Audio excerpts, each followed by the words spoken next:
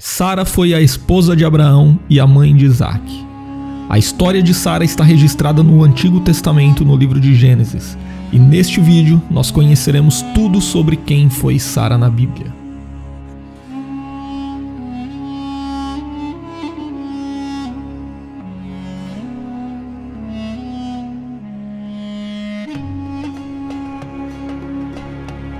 O nome Sara é um nome hebraico e significa princesa.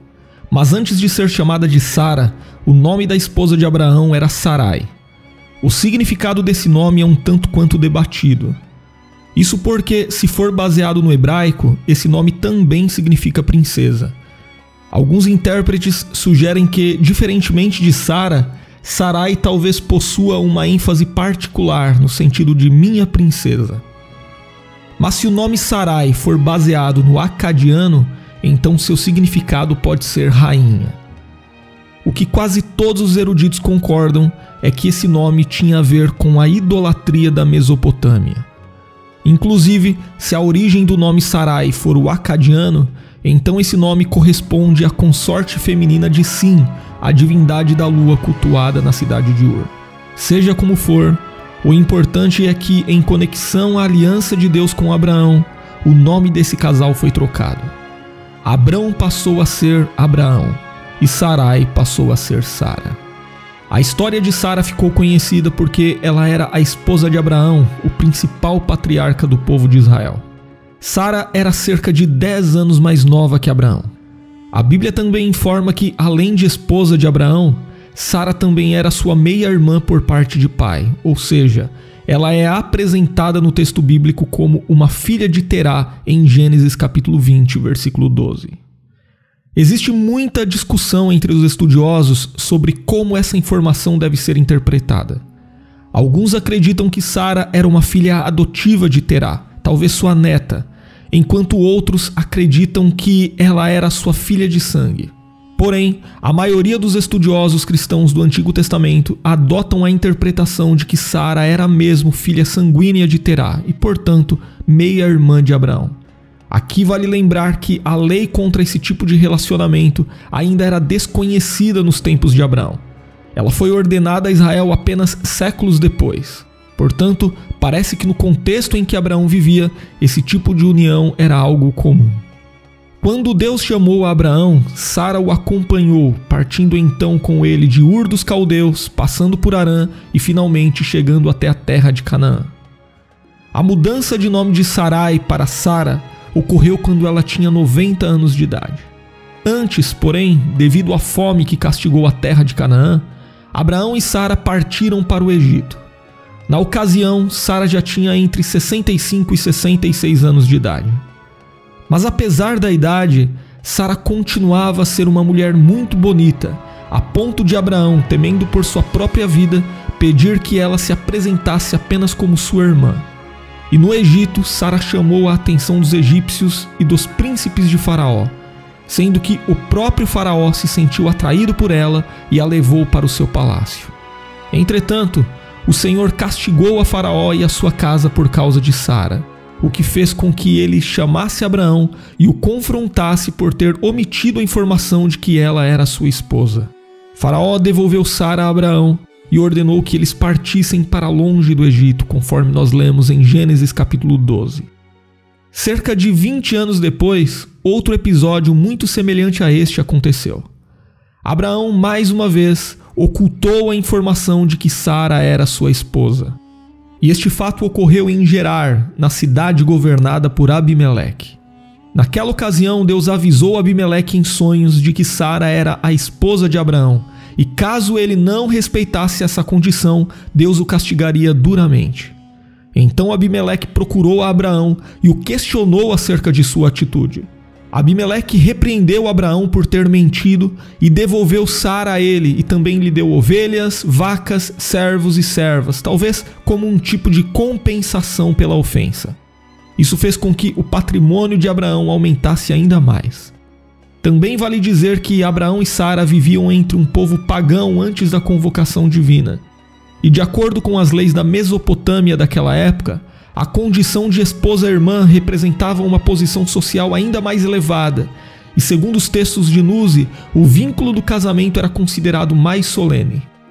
Mas sem dúvida, algo que marcou a história de Sara foi a esterilidade. Durante muito tempo, Sara amargou a tristeza de ser uma mulher estéril. E essa condição era um opróbrio contínuo para ela. Ainda mais depois da promessa que Deus havia feito a Abraão de que ele seria pai, Sara desesperou-se para lhe conceder um herdeiro. Então ela incentivou Abraão a ter um filho com sua serva pessoal, Agar. Agar era uma jovem egípcia que servia a Sara.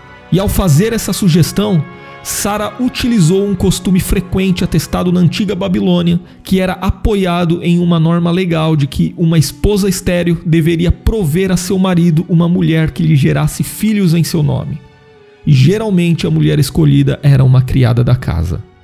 Mas se Sara usou uma norma legal para arquitetar seu plano, ela também agiu de acordo com as leis comuns na Mesopotâmia quando tratou a Agar de forma muito dura pelo fato de a serva tê-la-lhe tratado com desprezo.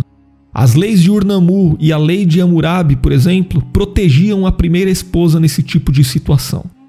Quando Sara completou 90 anos de idade, ela recebeu a promessa divina de que teria um filho biológico dentro de 1 ano e que, tal como Abraão, ela se tornaria a mãe das nações.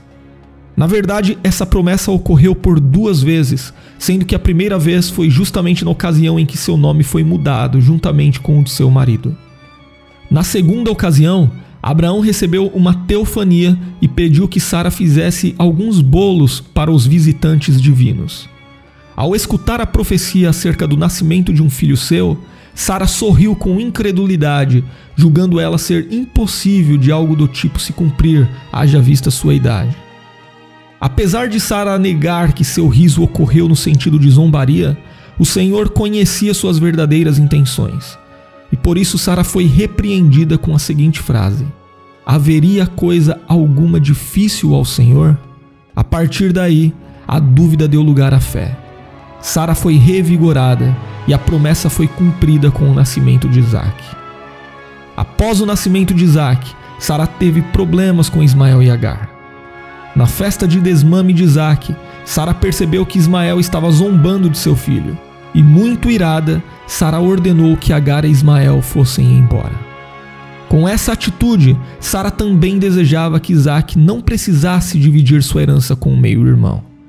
Só que, se nas outras ocasiões Sara agiu de acordo com as leis da Mesopotâmia, nesse caso ela estava agindo de forma contrária a essas mesmas leis, pois Abraão já havia reconhecido legalmente Ismael como seu filho. E a história de Sara chega ao fim na Bíblia aos 127 anos de idade. Ela foi sepultada por Abraão na sepultura que ele comprou para a família, perto de Hebrom, na cova de Macpela. E curiosamente, Sara é a única mulher na Bíblia que teve sua idade registrada por ocasião de sua morte. Mas além do livro de Gênesis, Sara também é mencionada no Antigo Testamento, no livro do profeta Isaías, como um exemplo de confiança em Deus e aquela que deu à luz à nação israelita. Já no Novo Testamento, o apóstolo Paulo se refere a Sara em 2 ocasiões. Na carta aos Romanos, no capítulo 4, Paulo colocou a questão da esterilidade de Sara como um obstáculo à fé de Abraão e mencionou o casal entre aqueles cuja fé foi contada como justiça, além de se referir a ela como a mãe dos filhos da promessa no capítulo 9 da mesma epístola. Já escrevendo aos Gálatas, o mesmo apóstolo Paulo se referiu a Sara indiretamente numa ilustração sobre o filho da escrava e o filho da mulher livre. Já o apóstolo Pedro, em sua primeira epístola, também mencionou Sara como um exemplo de esposa, enquanto que o escritor da epístola aos Hebreus enfatizou a fé de Sara, colocando-a no texto que ficou conhecido como a Galeria dos Heróis da Fé. E se você gostou deste vídeo e ainda não se inscreveu em nosso canal, inscreva-se agora e ative também todas as notificações e você irá receber muitos outros estudos como este.